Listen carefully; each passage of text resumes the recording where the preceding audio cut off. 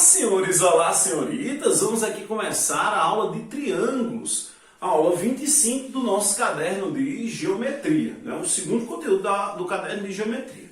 Ei, assunto extremamente importante para a prova do Enem, porque esse conteúdo ele abre caminhos para trigonometria, para semelhança de triângulo, vamos já citar o teorema de Pitágoras e assim por diante, perfeito? Então vamos lá.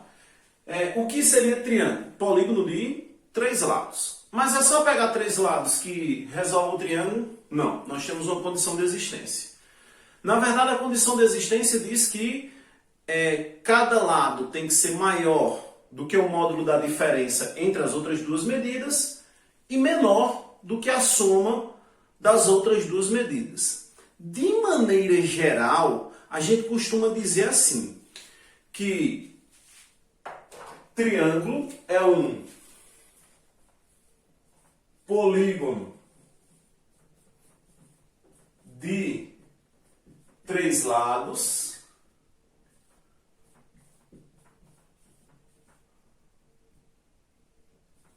onde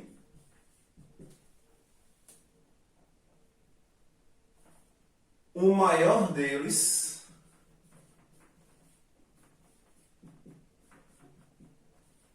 é menor que a soma dos outros dois. Ei, todo mundo copiando definição, extremamente importante, viu, para ajudar na fixação do conteúdo. Então a gente já bota assim, ó, polígono de 3 lados, onde o maior deles, que no caso do triângulo retângulo nós chamamos de hipotenusa, onde o maior deles é menor do que a soma entre os outros dois. Ou seja, eu tenho aqui um polígono de 3 lados, eu estou chamando esses lados de A, B e C, eu tenho a certeza de que A é menor do que B mais C. Essa seria a nossa condição de existência. Professor, por que isso? Porque se eu tenho um lado de 10 centímetros, eu não posso botar outro de 2 e outro de 3. Por que eu não posso? Porque eles dois não vão se emendar, meu filho. Eles dois não vão se emendar. Esse danadinho e esse danadinho, eles não se tocam. Eu teria que juntar essas duas medidas e dar um valor maior do que 10. Aí eu teria certeza de que esses danadinhos se encontram em um determinado momento. Perfeito? Então, polígono de 3 lados, onde o maior deles, que nesse caso eu estou chamando de A, é menor do que a soma das outras duas medidas. Já foi questão do Enem, está até no materialzinho de vocês, da aula 24 do materialzinho de vocês. Quais são as observações que nós podemos falar sobre triângulo?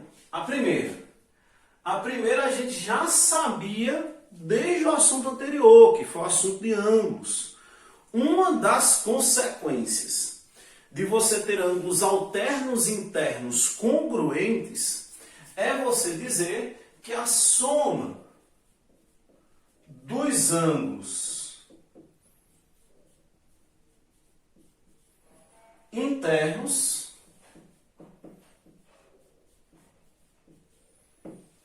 será sempre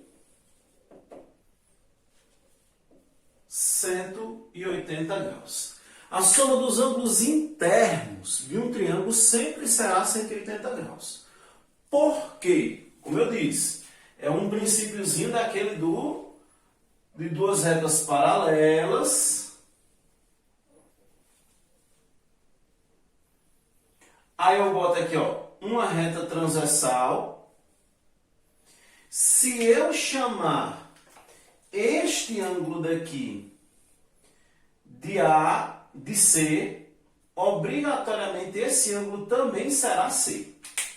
Porque eles são alternos internos.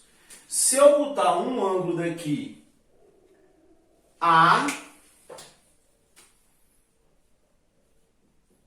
obrigatoriamente esse aqui também será A, porque eles são alternos internos. E se porventura eu chamar o ângulo entre essas duas transversais de B, eu percebo que A, B e C, aqui em cima, que coincidentemente são os ângulos internos do triângulo, eles juntos formam um ângulo raso, meia volta.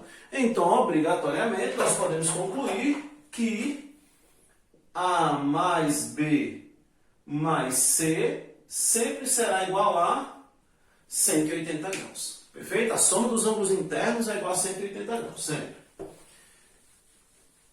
Como consequência de uma lei, a lei dos senos, nós podemos seguir a segunda proposta, nossa segunda observação, que diz o seguinte: os lados são proporcionais aos senos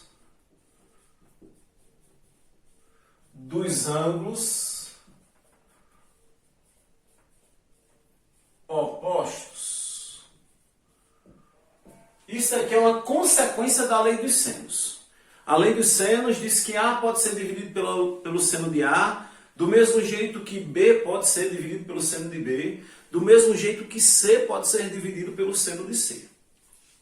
A lei dos senos diz isso. Como consequência, a gente já viu que quando duas grandezas estão dividindo, eu posso dizer que elas são diretamente proporcionais. Então, com consequência, eu tenho que os lados são diretamente proporcionais ao seno dos seus ângulos opostos. Nós podemos afirmar isso. O que é que significa dizer isso? Significa dizer que se você tiver um ângulo bem pequenininho, oposto a ele, você vai ter um lado bem pequenininho. Se você tiver um ângulo bem grandão, oposto a ele, você vai ter um lado bem grandão. Quanto maior a abertura do ângulo, quanto maior a abertura do ângulo, maior será seu lado oposto. Consequentemente, se um triângulo apresentar ângulos iguais, é porque esse triângulo tem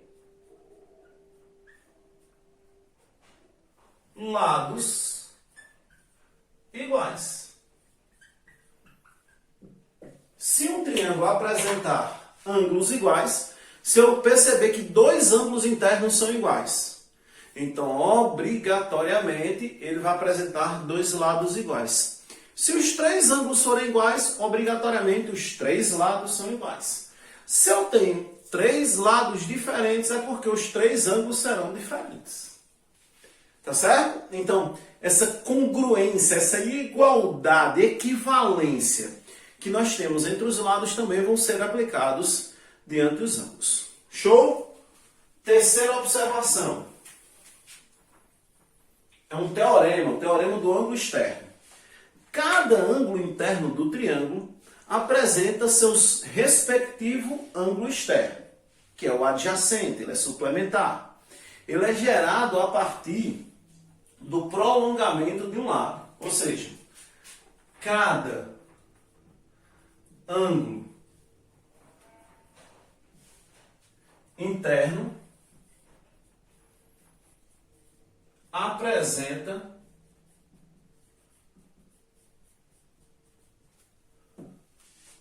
o seu respectivo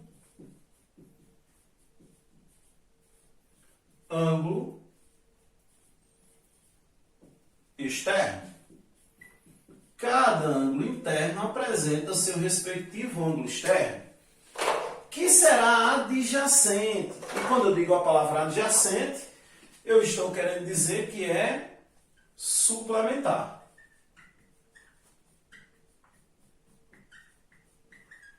Eles são suplementares. O que são dois ângulos suplementares? São dois ângulos cuja soma é igual a 180 graus. Como é gerado o ângulo externo? O ângulo externo é gerado assim, ó. Eu tenho aqui um triângulo.